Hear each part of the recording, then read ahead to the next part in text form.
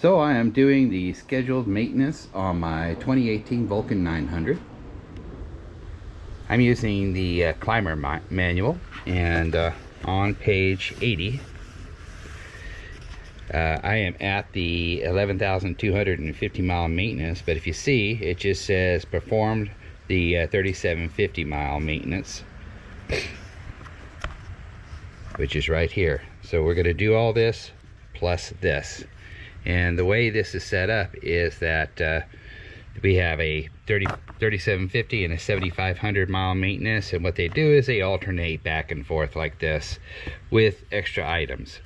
So this is the easiest one, so that's lucky for us. So we're going to do that, and first thing we're going to do is do all the consumables, which is the engine oil and filter. Clean the oil screen, that's not a consumable. Check the spark plugs, that may or may not be a consumable. But you can see over here on this side where we're at, I also need to replace my air filter, another consumable. So we're going to get all those consumables out of the way. Do is take off my seat and take off my saddlebags, because there are things there I'll need to get in there. And right now, before I jack it up, I'm going to do all that because I have this Wind Rider seat cover, and it makes it hard to take off the seat, so I want to make sure it's as stable as possible while I'm doing that.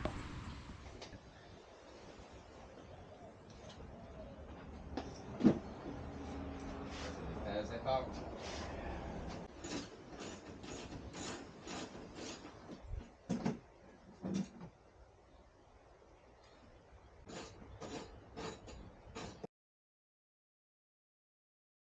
Here is the Orion Motortech motorcycle scissor jack. I got it from Amazon. I've already used it once just to try it out and make sure it would work, and it did. So one thing that you want to do is you want to get it, let me see if I can show you. You want to jack up your bike right under this, and of course you don't want to block your oil drain pipe, and you don't want to get on that right there. So I have used this before, and it will lift both wheels up off the ground, but we're not going to do that today. So it comes with a 3/8 inch socket that will fit on that. Also comes with a little pry bar in case you don't have a ratchet. You can use this bar to spin it around, but I have a ratchet. So that's what we're going to do now.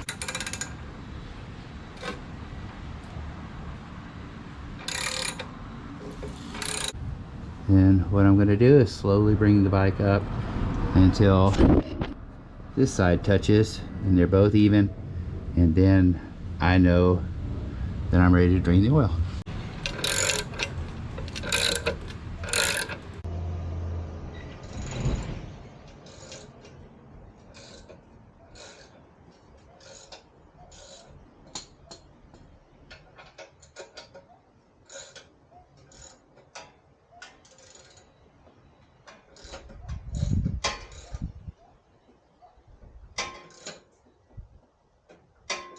Love this jack. I do wish it was a little bit wider. Okay, we're on.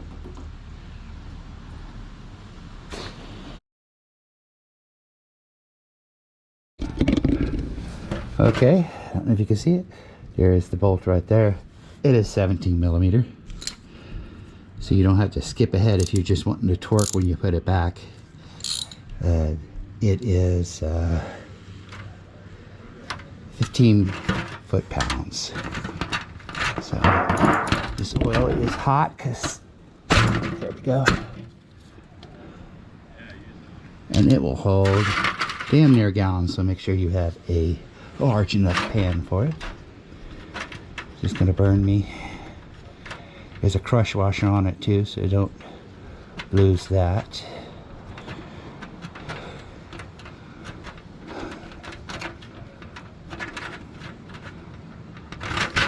There we go.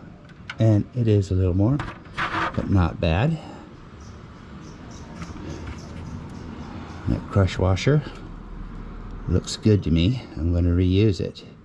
But I believe it's an M12. You need to replace yours. Alright, not too hot. Another thing you'll want to do is loosen this cap. Mine's always so tight, I'll need a tool to get it undone. But take off this cap, helps it drain more. I finally got it off. Right there. Oh, I'm shaking. Here we go.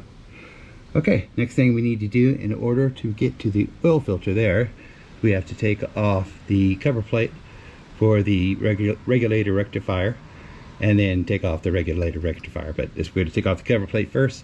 Those are 10 millimeter. And there's two of them right there. Oops. I think there's a bracket underneath too. Alright, so make sure you don't twist it, I guess. There you go. And there you go.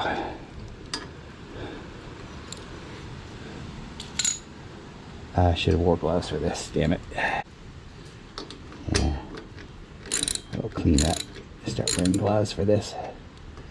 Because we're about that time. That location.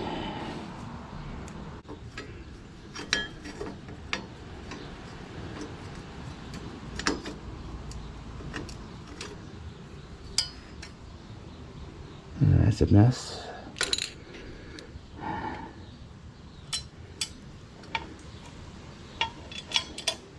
Alright, now we're going to take off the rectifier, regulator. Let's see what this is. This is also a 10. And there's two bolts here and here. Do the bottom one first. Top.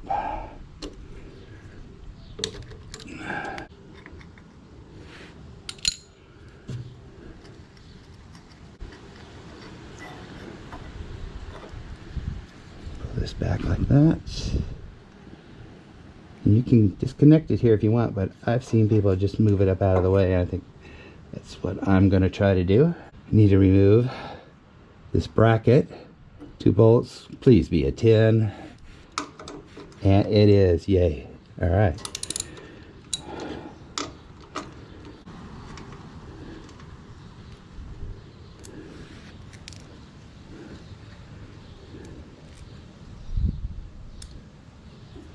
Is that a washer?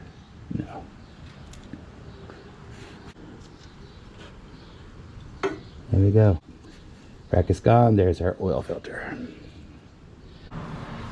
Let's see if I can do this. Here's a lot of filters that have like a nut at the front. I wish I had one. I don't. So let's see if I can get it off by hand. Yes. Ah, easy. Easy peasy. All right.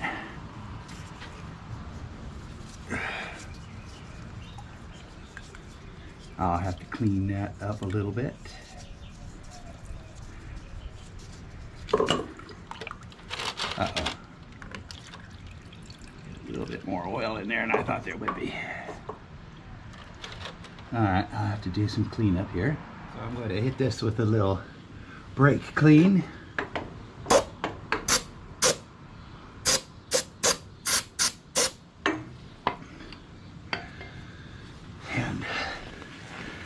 Little dabble, do you?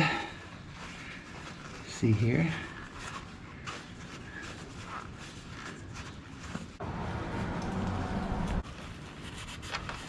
New oil filter. And what I'm going to do is lubricate this O-ring right here with a little bit of oil. New oil.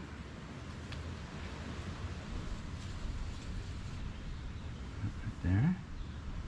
Okay, that's good. I've seen people fill this up, and usually I do, but I've also seen people say it doesn't really matter. So I'm actually not going to do that now because I didn't put the plug back in. Oh.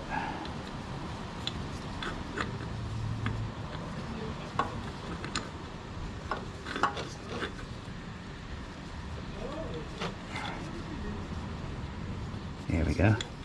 You screw it until it seats. Okay, it has seated, and it's also very oily, so now I gotta clean it. So now that it's seated, what I need to do is turn it 3/4 of a turn. So let's see if we can do this. This is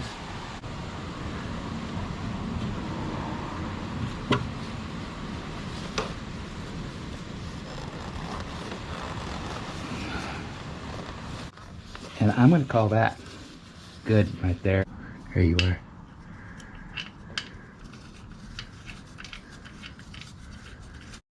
Okay, this bolt gets tightened to 15 foot-pounds.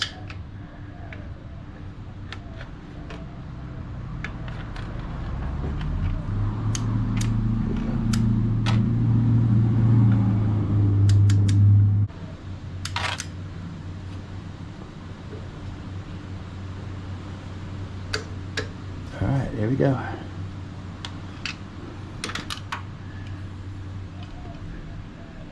All right, so what I'm going to do now, I'm going to spray down this brake clean, make sure there's no oil dripping.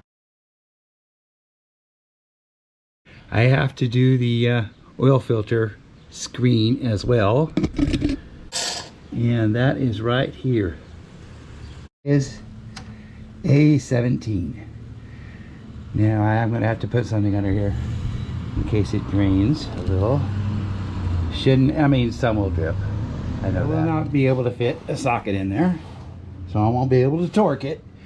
So I'll just have to do it, you know, by how tight it was when I took it off. I loosened this off screen, guys. It was pretty hard. I had to actually hit it with a rubber mallet, but such is life. There it is finally. Okay. Here's the cap. Take a look at the washer. There's the spring. Now the washer. Where is it? Here it is.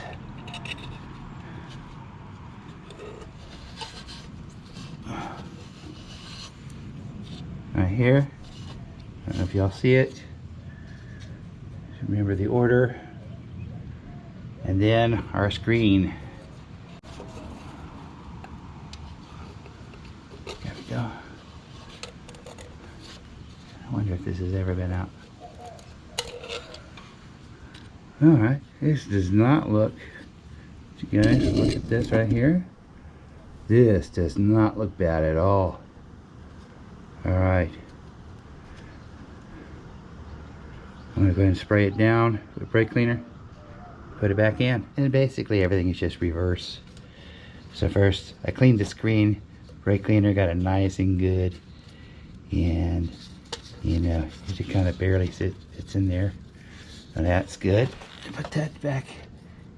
Seat that all the way. Then you put the washer back in. Alright. Washer's in. Spring in.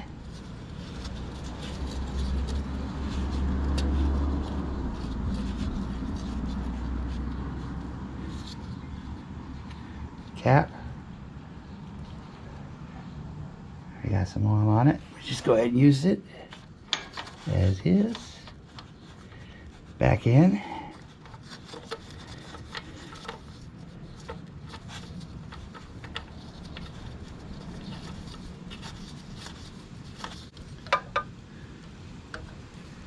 All right, there it is.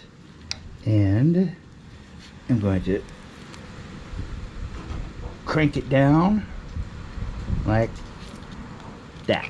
Okay, just got that pretty much tight. I think it's kind of where it was when I started out, like that. And I'll clean that up, and that's another place to look for a leak. And I can't get a torque wrench on there. If you can figure out a way to get a torque on there, it should be 15 foot-pounds. And it's a 17 millimeter wrench. Okay, we're ready to put oil in. Specifications, if you do, the oil in the filter is 3.2 liters or 3.4 quarts.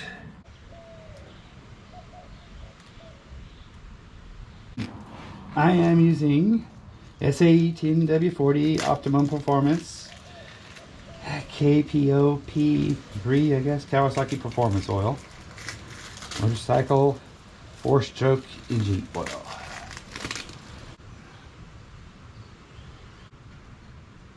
Three. You see, it's just a tad bit low, which I didn't put in, but 3 quarts, so I need to put in 0.4 more. Not put the rectifier back on because I don't want to block my view to the oil filter and make sure there's no drops. Alright, it's been running for a few minutes. Now I'm going to let it cool down. Let's see if there's any leaks anywhere. I'll have to fill that up, but let's check this first. Here's my, I ran this for a while. Here's this. No oil there. Here's the bolt.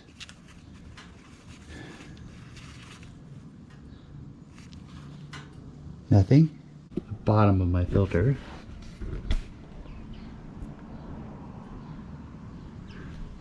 Right there where it meets.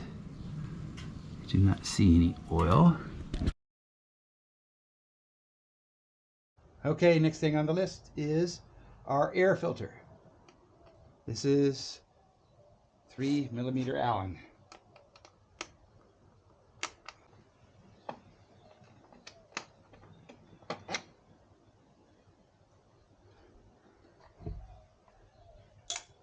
I need to wash my bike one day. Maybe after all this I will. The reason I'm doing all this, usually I just pay someone to do it. The reason I'm doing it is because I plan on going on a longer trip, and okay, there's a washer in there that's stuck, and I'll leave it stuck. I am planning on going on a longer trip, and I want to see the relative condition of my bike. And you can only do that if you check your own oil, air filter, spark plugs, etc. You know, or to get a sense for how the bike is doing. Alright, let's see if I can do that and not lose this. And good, it's stuck. Alright, there's our air filter. I don't think it looks bad, but it says to change it, so we're going to. And maybe the guy changed it last time. I don't know. Let's see what this is. This is also. Take a look at the other side of this and see what it looks like.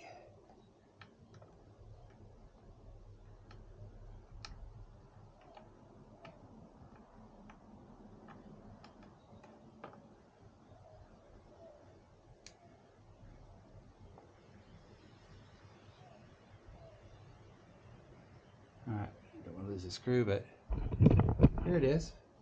It could use a change. Alright. Not too bad though.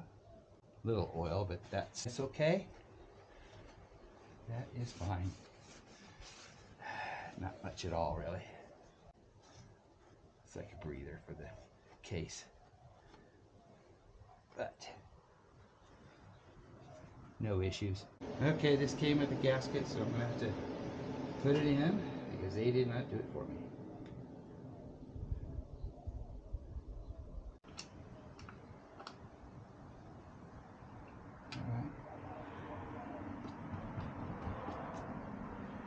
Alright. Start her up, see what it sounds like.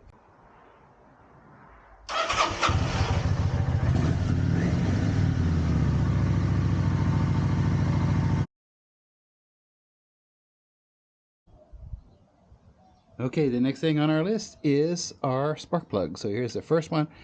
And the book says to remove the tank, but I believe I've seen people do it on YouTube without removing the tank, and that's what I'm going to try to do.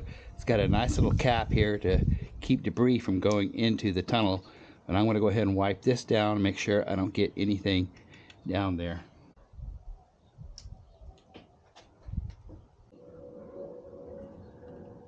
Very close. There we go. All right. that up out of the way.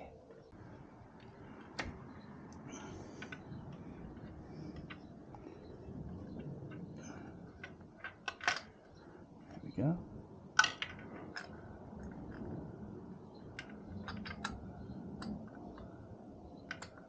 All right, we're in there now. And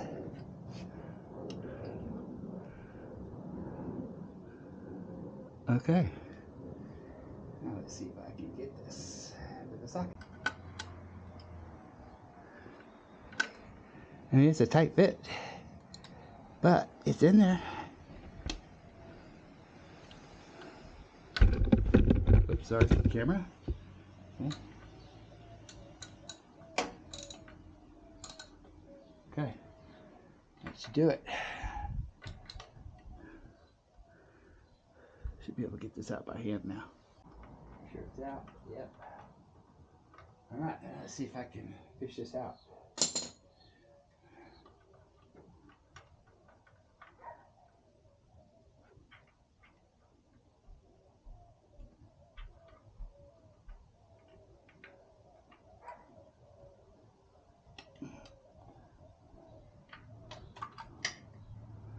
Okay, let's take a look at this. And that looks good to me.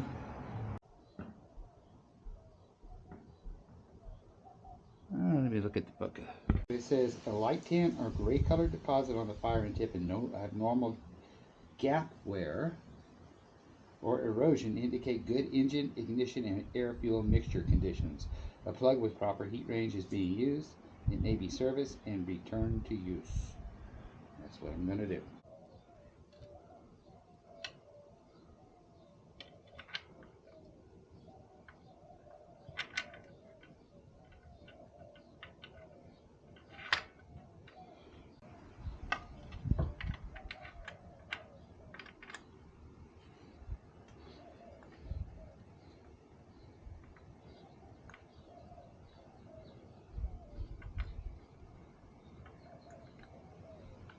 There we go. All right. And it should go in very, very, very easy. No cross threading allowed.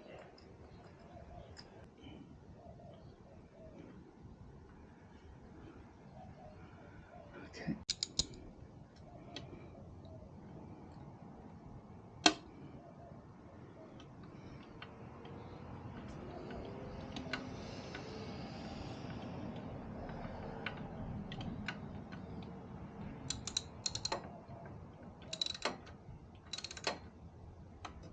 Okay. And you get it there, and you snug it, and that's it. That's all you do.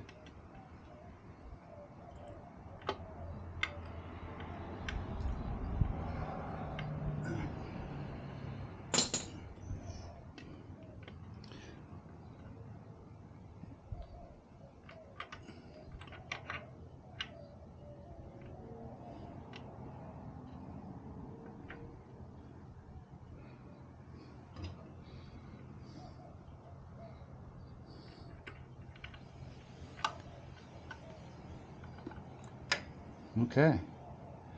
I don't know if this is a hard one or not. We have to lift up the back end of the tank too to get to spark plug number 2, but that one is done. Getting closer. There we go. All right.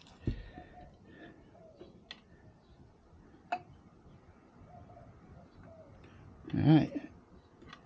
And it is seated. Now it's seated.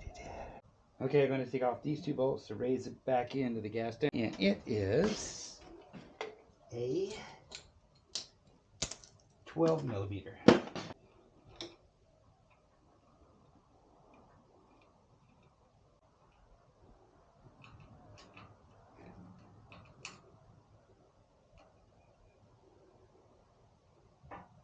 Okay, good. See that? That's the spark plug right there. And lift that up. Really easy to get to, even easier than the front one, I think. All right. So I'm going to get some kind of a block to hold that up. All right, cable's out, plug is out. Let's see if I can get this in there. Yes, I can. And there it is.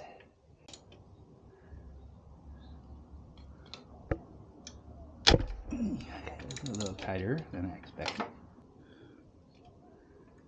All right, it's coming out by hand. That's good. All right, and this one looks, and I expected it to, but this one looks equally good as the last. I'm going to clean it up a little bit, put it back in, then we'll start it up, see, make sure I didn't screw up anything. All clean, ready to go.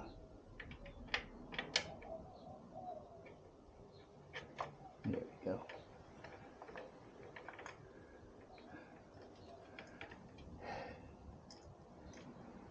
Easy peasy when you screw in, make sure you don't cross thread.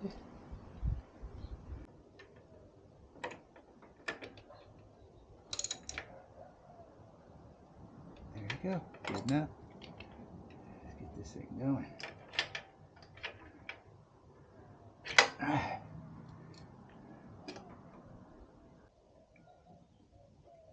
and I felt the threads walk. Let's put the tank back on and start it. Let's try it.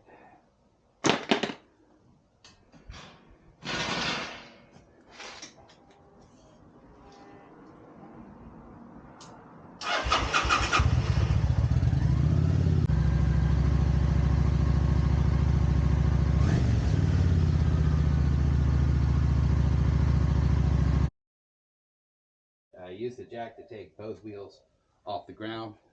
Let me show you.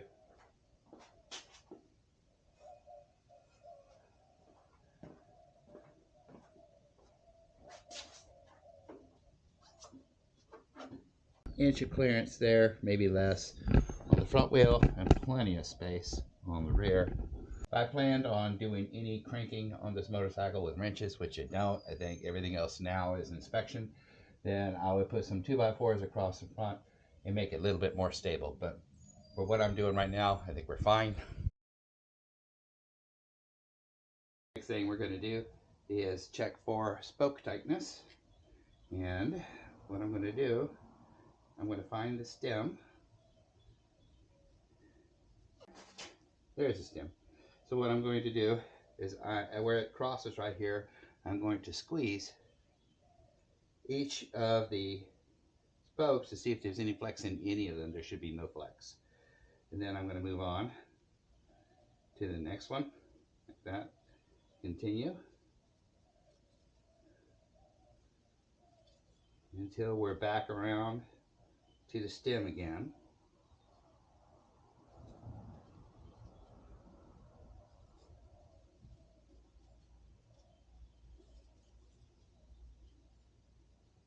And there's a couple of ways you could do this. They have a torque wrench, which I don't have, which I wish I had. I'll probably buy one. Or you could tap these with a screwdriver and listen for the tone.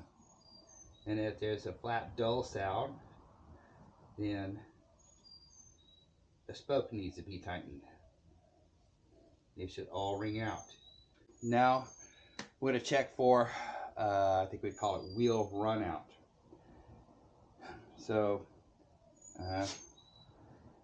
what I'm going to do is, usually you'll have like a guide that will connect up here and just kind of hold still. Then you can see whether or not the rim is wobbling. I also think it's okay if you just run it like this, and you will be able to see some kind of a wobble.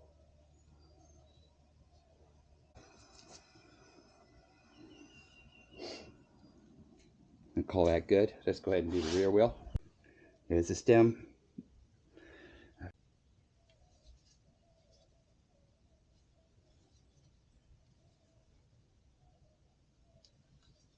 I'm looking at the rim, referencing a point on the fender, basically. All right, that looks good. All right, so there's a measurement spec for the tread depth here. You can tell right now this is in really good shape. I'm going to look at the tread wear pattern. You can see right here. What I'm doing is I'm checking the depth from the middle of the tire to the end of the tire to see if it's either overinflated or underinflated. I'm pretty good about keeping my tires at the right PSI.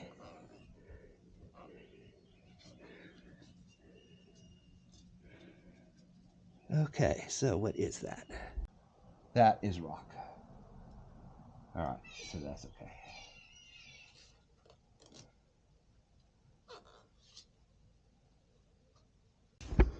Okay, same type of wear analysis here. On the front.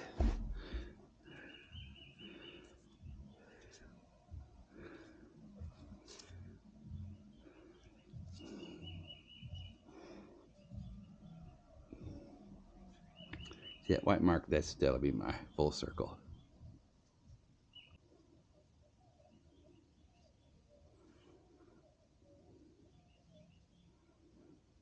There it is. Okay. The tread wear. I don't know if you can see this. Look at the tread wear. See if it's shallower here than it is at the front, beyond the design of the tire itself.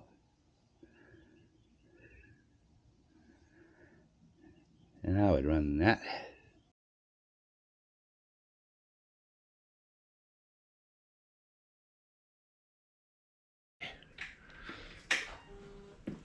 Brake lights.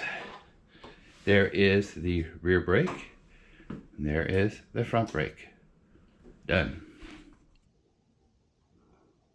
Okay, here's the rear brake reservoir.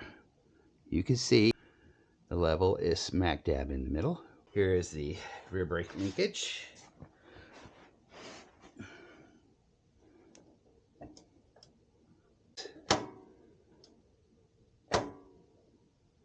All right. So you see this is the brake shoe, and if you'll see in there, if I can get this or not, here is the shoe and here is the pad, and you can see this is a pretty new pad actually, so we got plenty of life in that, and there's just no way in the world I'm going to be able to show you me checking the other side. This helps point it out. You see the wear on this side is the same on the other. Once again, here's the shoe and here's the pad. You can see this is a very good pad. Hardly ever use my brakes. I mean, why wear them out, right? And on this side it is the same. Here's the shoe, and right there in there is the pad. Brakes are good. Brake pads are good. As I'm sure you all have heard in many videos before mine, brake fluid is very corrosive to chrome and paint and etc. So I have a rag there. Hopefully there's no drippage.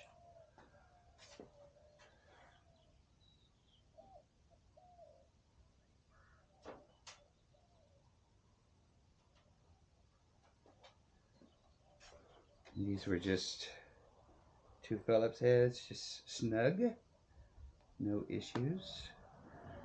Here's the cap. You can see that we are full, so we're good there. Put that back together, and I did not make a mess. Next on the list is belt deflection. See, that's pretty good. I don't have a tool to measure that. Ideally, I would have a marker to tell me where I started. But what I'm going to do is I'm going to go until I'm pretty sure I went all the way around. You know, just because it's good here doesn't mean it's going to be good somewhere else. It could have hit a rock and, you know, started a split or something like that. And you need to look for that, because that's where it could cause a problem. Break. I bet you that's enough. I feel confident with that. Okay, so we're going to check all control cables. Like I said, this is my daily rider, so I know they're in good shape. But just for completeness, we already checked that. Springiness there on the brake. No stickings. Come over here to the clutch side.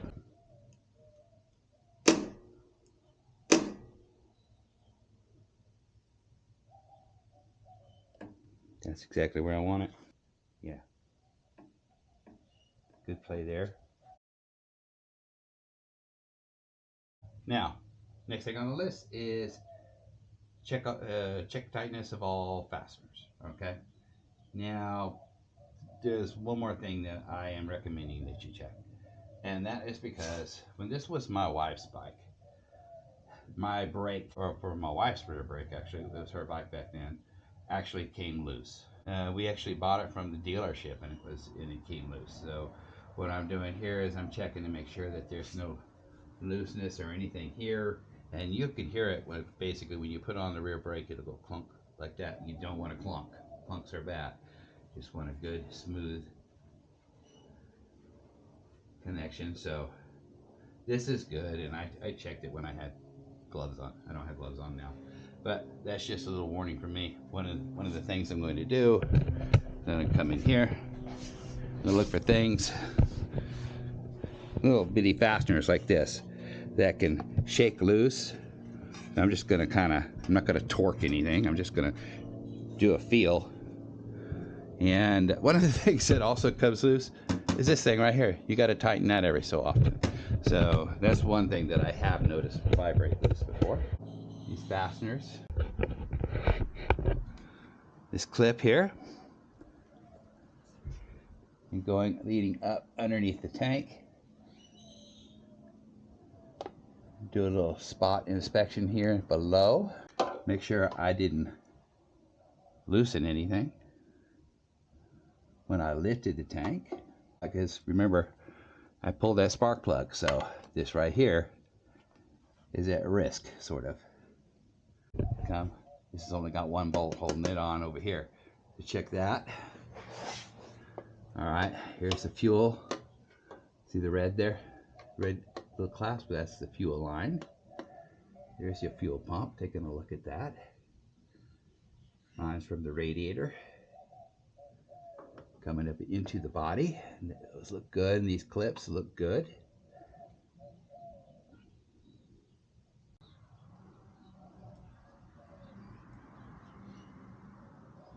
Okay, so I hit everything in the 3750 mile maintenance schedule, plus the 11,250 maintenance schedule, which is just an addendum, and that only includes replace the air filter.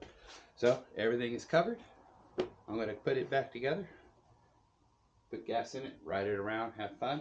And so if you guys like this shade tree maintenance, give me a thumbs up, share, and I will see you in the next one.